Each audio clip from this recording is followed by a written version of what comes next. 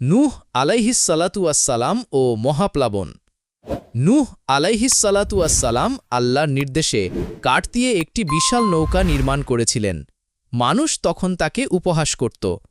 তুফানের আলামত দেখা দিলে আল্লাহ তাকে নির্দেশ দিলেন প্রত্যেক প্রাণীর এক জোড়া এবং তার পরিবার ও মুমিনদের নৌকায় তুলে নিতে।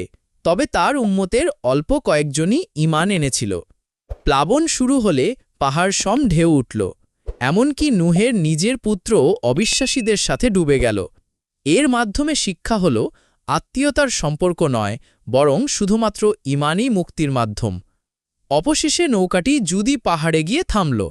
বাকি সব কাফির ধ্বংস হল, আর আল্লাহ নূহ ও তার সাথীদের রক্ষা করলেন। শিক্ষা: আল্লাহর হুকুম মানলেই মুক্তি। আত্মীয়তার সম্পর্ক নয়, ঈমানই আসল মর্যাদা। শিরক ও অবাধ্যতার পরিণতি ধ্বংস। আল্লাহ আমাদের হেফাজত করুন। আমিন। এরকম নতুন ভিডিও পেতে চ্যানেলটি সাবস্ক্রাইব করে রাখতে পারেন।